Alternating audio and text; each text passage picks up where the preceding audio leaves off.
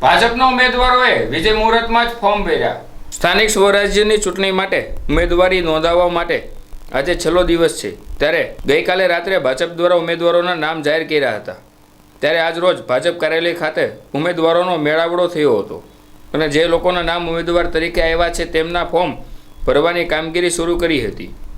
બાદ ભાજપના નેતાઓ, ધારાસભ્યો, આગેવાનો, કાર્યકરો સહિતની મોટી સંખ્યામાં હાજર રહ્યા હતા અને રેલી સ્વરૂપે વિજય મુહૂર્તમાં કલેક્ટર કચેરી પહોંચીને ફોર્મ ભર્યા હતા।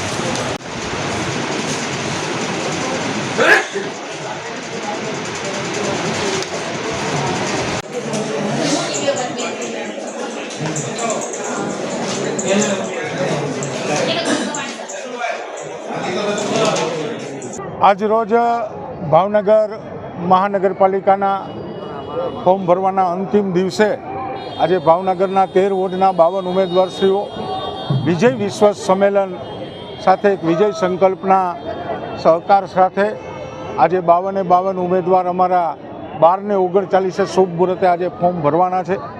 ભાવનગર મહાનગરના પ્રજાને હું નતમસ્તકે વંદન કરું છું કે 1995થી એટલે છેલ્લા 30 વર્ષથી ભાવનગરની પ્રજાનો પ્રેમ, સ્નેહ, હૂંફ અને લાગણી એ ભારતીય જનતા પાર્ટી ઉપર રહી છે।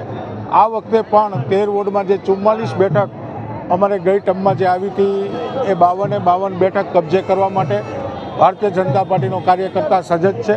પ્રજાનો પ્રેમ એ અવિરતપણે અમને મળ્યો છે। રાજ્યની ભૂપેન્દ્રભાઈ પટેલની સરકાર હોય કે કેન્દ્રની આપણા ગુજરાતનું ગૌરવ એવા આપણા ગુજરાતના પનોતા પુત્ર યશસ્વી વડાપ્રધાન નરેન્દ્રભાઈની સરકારે જે કેન્દ્ર સરકાર અને રાજ્ય સરકારે જે ગ્રાન્ટો મહાનગરોમાં ફાળવી છે ને એના આધારે આપણે આ જોઈ છીએ કે બધા મહાનગરોનો જે વિકાસ થયો છે એ વિકાસ એ પ્રજા સુધી પહોંચ્યો છે અને મને વિશ્વાસ છે કે આ વખતે 52 કમળ એ ભાવનગર મહાનગરપાલિકામાં જીતીને આવવાના છે। ભાવનગર શહેરમાં જે ટિકિટ વેચણી થઈ છે તેમાં મારા અને તારાના જે થયું છે અને ઉપરાંત કહે છે કે સારા ઉમેદવારો છે તેમને લેવામાં સ્વાભાવિક રીતે ભારતીય જનતા પાર્ટી શાસનમાં છે, કાર્યકર્તાની મોટી ફોજ છે, કરોડો કાર્યકર્તા ભારતીય જનતા પાર્ટીમાં કામ કરે છે, ત્યારે સ્વાભાવિક રીતે કાર્યકર્તાના મનમાં મહત્વાકાંક્ષા હોય। ત્યારે 13 વોર્ડમાં અંદાજે 500-550 જેટલા ફોર્મ આવ્યા હતા, પરંતુ ટિકિટ તો 52 આપી શકાય।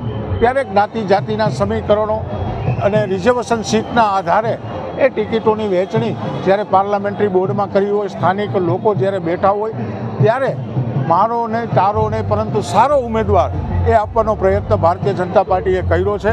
કોઈ કાર્યકર્તા માટે નારાજગી ન હોઈ શકે।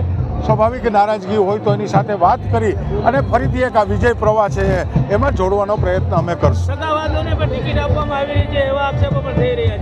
આક્ષેપો થાય છે સ્વાભાવિક રીતે, જ્યારે ટિકિટ ન મળે ત્યારે હું પોતે હોઉં તો પણ મારી મહત્વાકાંક્ષા હોય એટલે મને એવું લાગે કે ભાઈ સામેનો કાર્યકર્તા છે એના કરતાં મને મળવી જોઈએ, પરંતુ ભારતીય જનતા પાર્ટીનો અમારી પાર્લામેન્ટરી બોર્ડે ઘણું વિચારી અને ટિકિટો આપી હોય છે।